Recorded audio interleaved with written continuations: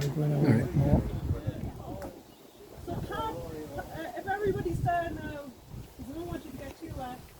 Pat asked me a very good question there, and like I'm only telling you what I've read and what I think. These aren't necessarily all the way things are. But Pat said, would it be likely that Saint Bridget was named after the older Bridget? Yeah. Bridget. And you see, the name Bridget, we're not sure if that was actually her name or if that was just a title, because that means the exalted one. So all of the abbesses of Kildare could have been called Bridget because it meant the exalted one. You know? It could be a title more than a name. What would the Irish have been for that?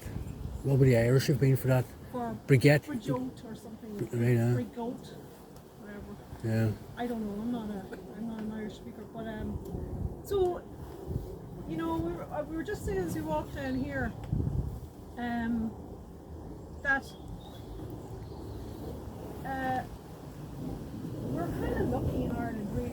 No, we're not kind of lucky. We're very lucky because we've managed to keep a lot of these special places in our landscape that other countries have lost, because other countries had industrial revolutions, and places like this kind of place might have been gone long ago because houses could have been built there, a road could have been built there, or whatever. But in Ireland, we have managed to hold on to a lot of these holy sites, and that's a huge benefit to us. And in Ireland we have about 3,000 holy wells, 3,000, and probably a few hundred of them are Bridget, St. Bridget wells, or to the older Bridget, because all the wells are associated with somebody, either a saint,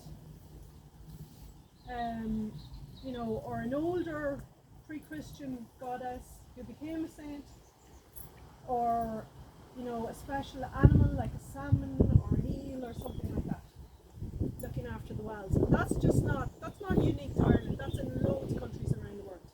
That whole idea that you have a holy place where there's sacred space, there's water, and there's a spirit.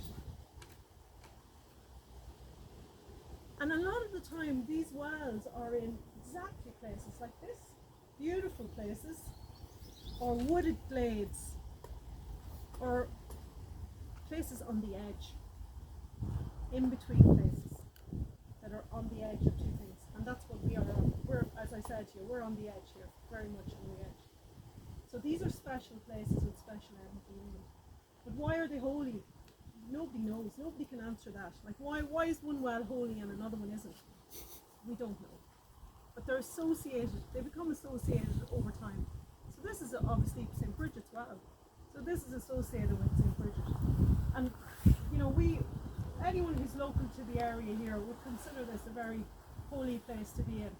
And people will come here for water all through the year, but particularly around St. Bridget's Day. There's always people here taking water from the well to take home, to use at home, you know, as a blessing, or to have that holy energy in their own homes. And wells, for our ancestors before Christian times, what people thought was that wells were a way into the other world, into the other dimension. That was a way you could get through into the other world. I don't mean physically, like jump into it, but I mean that was your way of looking to the other world and connecting with the other world. So they were like a portal, these wells. Like bugs? To get through, and bogs as well. So they were a really special place to come, and they were a place of sanctuary as well. And they were a place that if you had a problem, an illness, that you could come and you could leave an offering to the goddess, to the spirit, to the saint, whoever it was, to help you, to ask for their help. And you left an offering here to them. This is a pre-Christian idea, leaving an offering on a tree is pre-Christian. And a lot of these wee pieces of cloth people would have tied on, they're known as clooties. And when the cloth rots away, the hope was that your illness would go, or your body would go. But we, as Irish Irish people were very, very attached to our wells. And we always came together. People often came in groups to wells. But the early Christian church didn't like that, because they didn't like communal gatherings of wells that they were not controlling, and that wells that maybe hadn't been Christianized, the people were still going because there was the old gods maybe at the well they wanted to worship. So the early Christian church did not like that, and they tried to stop it. And that went on, but people still went to wells. And by 1704, the government brought in an act whereby if you were caught in a group at a well, you could be fined 10 shillings, or you could be whipped. So we would all be in trouble if it was 1704. Because the early church didn't want people all coming together to pray together at a well, to pray to a deity that mightn't be a Christian one at all. But wells remained really important, and in fact there seems to be more wells being discovered now and looked after. And I mean, sometimes wells are only a little hole in the ground or whatever. They're not as magnificent as this well we up here.